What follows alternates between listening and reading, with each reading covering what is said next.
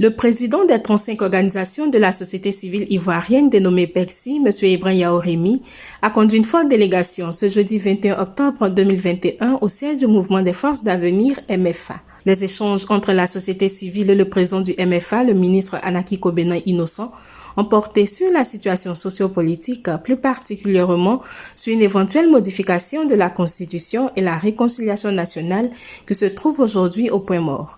Le président du MFA, le ministre Anaki Kobenan, a félicité vivement les différentes actions de la plateforme des 35 organisations de la société civile ivoirienne que préside M. Ibrahim Yaoremi et les a exhortés à peser de tout leur poids afin que les forces vives de la Côte d'Ivoire se retrouvent autour de la même table pour donner une chance à la paix. Écoutons-les à la sortie d'audience. Nous sommes au siège du mouvement des forces d'avenir. Nous avons eu à échanger sur 3 sujets qui concernent la vie de notre nation. Et le premier sujet porte sur la réconciliation. Le deuxième point a porté, bien entendu, sur une éventuelle modification de la Constitution. Et le troisième point a porté sur la crise sanitaire du Covid-19. Nous, au niveau de la société civile ivoirienne, il convient de le souligner, il est de notre devoir d'aller vers les acteurs politiques et d'échanger avec eux sur ces 3 points. Et pour ce qui concerne le premier point, à savoir la réconciliation, il faut le dire, pour qu'il y ait une vraie réconciliation en Côte d'Ivoire, il faut un dialogue inclusif, Monsieur le Président l'a si bien dit.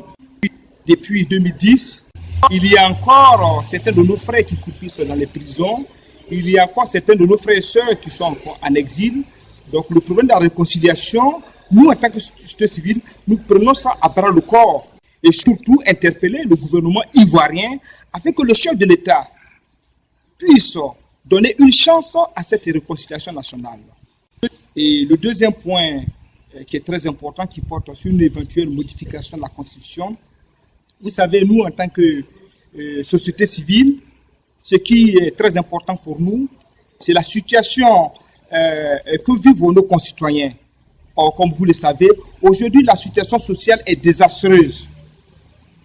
Alors, venir ajouter encore une affaire de modification de nos constitutions, plus particulièrement notre constitution, pour l'instant, ça n'est pas à l'ordre du jour. Nous disons que les vrais problèmes de la Côte d'Ivoire sont là. Alors, il ne faudrait pas qu'on vienne ajouter ce problème pour encore troubler le sommeil des Ivoiriens. Il faut aborder les problèmes essentiels qui concernent bien entendu la jeunesse, qui aujourd'hui croupit sous le poids de la misère et de la crise extrême, avec le taux de chômage très élevé. Et le dernier volet qui porte bien entendu sur la crise sanitaire du Covid-19, le gouvernement doit rassurer nos populations. Aujourd'hui, nos frères et sœurs qui sont à l'intérieur ne savent même pas quels sont les types de vaccins qui sont disponibles. Le gouvernement doit continuer à sensibiliser. Et nous l'avons indiqué à M. le Président, nos inquiétudes et préoccupations.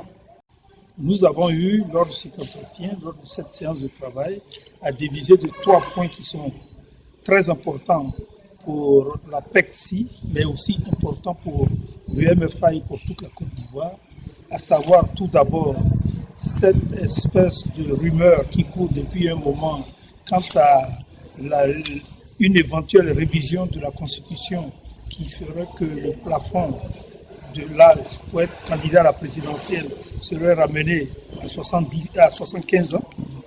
C'est très important parce que, quelque part, ça touche de grandes personnalités politiques de ce pays, sinon même les plus connues et les plus importantes.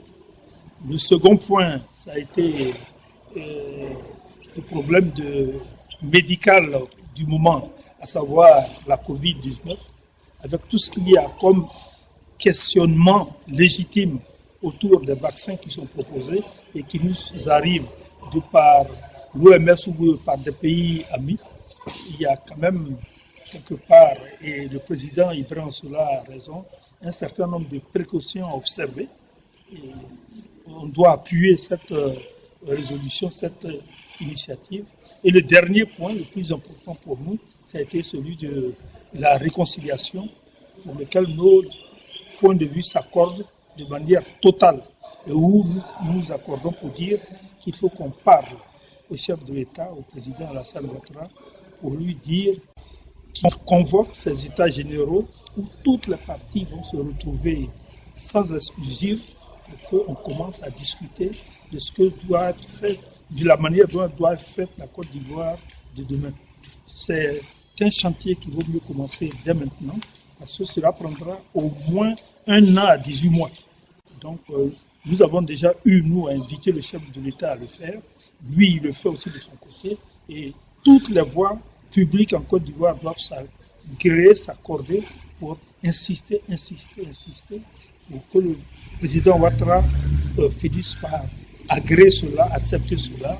Et en l'acceptant, ce sera pour toute la nation, pour toute la Côte d'Ivoire.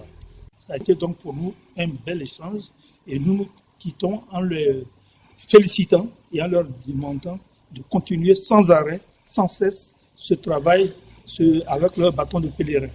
Je vous remercie.